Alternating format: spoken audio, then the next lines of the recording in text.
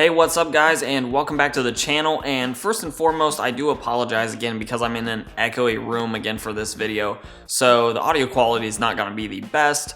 We'll be back to normal though coming up this weekend, so just sort of work with me on this one. But what I actually want to talk about today is the Ryzen 2200G. That is the cheaper of the two new AMD APUs. The 2200G actually has 4 cores on the CPU side of things, no simultaneous multi-threading, and then it has 8 Vega compute units as well. And I don't know if I got lucky with my sample or if they're all gonna be similar to this, but mine seems to overclock pretty well on both the GPU and CPU side. I hit 3.95 gigahertz, very stable at 1.4 volts on the CPU side of things, and 1550 megahertz on the GPU side of things at 1.2 volts. Now, I ran the 2200G in some eSports titles, actually just a few here. We have League of Legends for the MOBA people, we have Rocket League, and then we also have Overwatch, but you can sort of apply these numbers a little bit to other games like CSGO would be a very popular one. I imagine the way Fortnite runs, it would be able to run okay,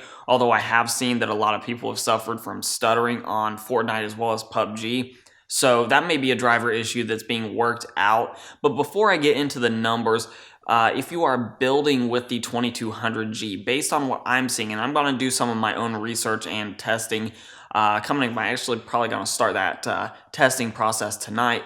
But if you are buying a Ryzen APU, get 2 sticks of RAM. Run it in dual channel RAM. Don't run single channel memory. So if your option is 8 gigs now, because that's all you can afford, buy 2 4GB sticks, which also means if you can only afford 8 gigabytes right now, you should actually probably make sure to get a motherboard with 4 DIMM slots instead of just 2, so you still have an upgrade option down the road without having to completely replace the RAM you're already using. That being said, with the esports titles I did take a look at, I saw that performance was actually very nice on these titles at 1080p, which is awesome to see because you can put together a system running 8 gigabytes, and yes, you may limit the performance a little bit in some games, but esports titles aren't really eating up a lot of RAM anyway, so 8 gigabytes would be plenty for those.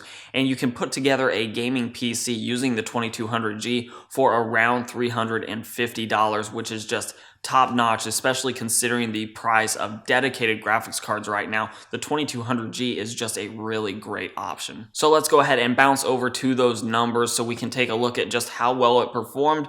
But before we do, I will note the system specs that we're working with here today. Again, the 2200G, both at stock settings as well as the overclock that I already mentioned, 3.95 on the CPU side as well as 1550 megahertz on the GPU side. We're working with 16 gigabytes of DDR4 RAM running at 2933 megahertz. So yeah, that's the system. Let's go ahead and jump over to the graphs. Okay, so first up here is League of Legends running on the very high preset with anti-aliasing on, and you see a big jump from the Ryzen 3 2200G at stock settings versus the overclock settings that I was able to achieve. And this is one of those processors, it's definitely worth pairing with a B350 board instead of something like an A320 board, because that B350 chipset gives you the option of overclocking this chip even if you don't buy an extra cooler. This chip runs cool enough out of the box, you can at least get a mild overclock with the stock cooler. And if you invest in something, I'm cooling this with a $30 cooler, and I saw great temperatures and a big overclock on both the CPU and GPU side. Definitely worth it here. And next up, we have Rocket League here on the quality presets with FXAA at medium.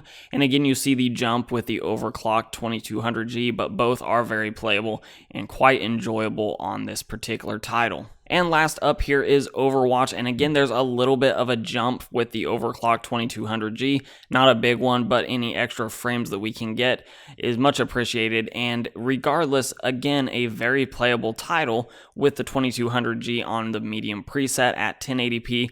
I cannot complain with the way this chip is performing in esports titles. And like I already said, you could expect more of the same from games like CSGO or even some of the other MOBAs like Dota 2, for example. Expect those games to be just as playable as these 3 titles were.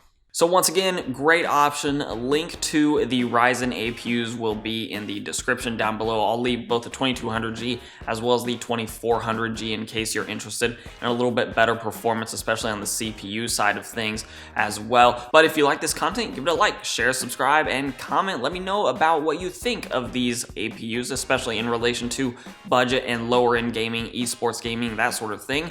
You can follow me on Instagram and on Twitter at Hoosier Hardware. They are the same tag for your convenience, and as always, I'll let YouTube go ahead and queue up a couple more videos from my channel for you to watch. I'm Shane with Hoosier Hardware, and I'll see you guys in the next video.